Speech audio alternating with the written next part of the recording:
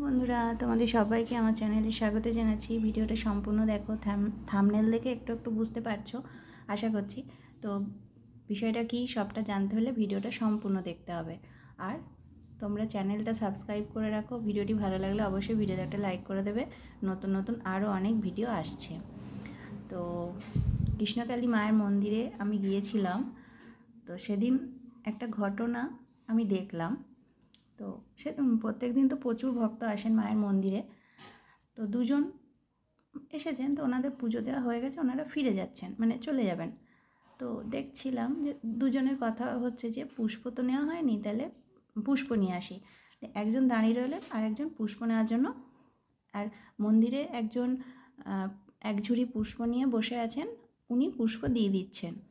তো তার কাছ থেকে পুষ্প নিতে এসেছিলেন। তো কিছুক্ষণ পর যে পুষ্প নিতে এলেন সে ফিরে গেলেন পুষ্প না নিয়ে। তখন অন্যজন বললেন যে কী হলো, পুষ্প নিয়ে এলে না? তখন সে বলল যে পুষ্পর জন্য নাকি পয়সা চাইছে।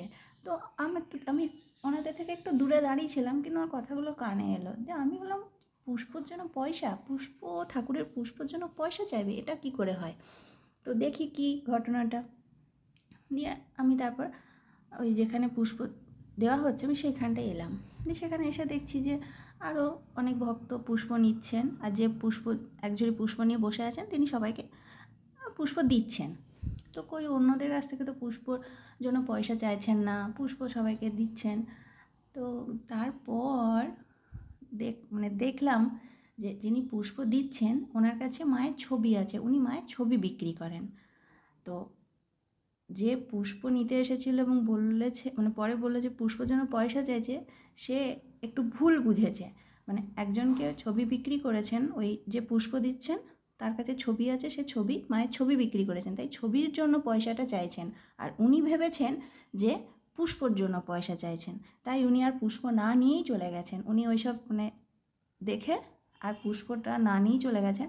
যে ওটা কি পুষ্পর জন্য পয়সা চাইছেন না ছবির জন্য পয়সা চাইছেন সেটা উনি আর ক্লিয়ার করলেন না। উনি ওই ভাবলেন, উনি মনে মনে ভেবে নিলেন যে পুষ্পর জন্য পয়সা চাইছেন, কিন্তু সেটা নয়। ছবি একজন কিনেছেন, তার কাছ থেকে ছবি কিনেছেন, তাই যে ছবি কিনেছেন তার কাছ থেকে উনি পয়সা চাইছেন। আর যে পুষ্প নিতে গেল সে ভেবে নিল যে ওনার কাছ থেকে হয়তো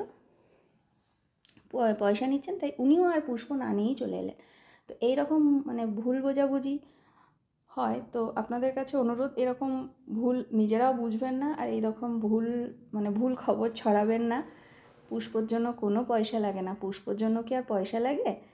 ছবি বিক্রি হয়, পুজোর ডালি বিক্রি হয়, সেগুলোই অবশ্যই পয়সা লাগে। পুজোর ডালি তো পয়সা দিয়ে কিনতে হয়, কিন্তু ছবি পয়সা দিয়ে কিনতে হয়, কিন্তু মায়ের পুষ্প পয়সা দিয়ে কিনতে হয় না, পুষ্প এমনি। তো সেটাই বলবো যে আপনারা এরকম যদি কোথাও বুঝতে সমস্যা হয় ক্লিয়ার করে নিন, এরকম ভুল বুঝে চলে যাবেন না। আমি গোটা ব্যাপারটা খেয়াল করলাম এবং আমি সবটা জানতে পারলাম। তা নাহলে প্রথমে তো আমারও মনে হলো যে পুষ্পর জন্য পয়সা, কীরকম ব্যাপারটা।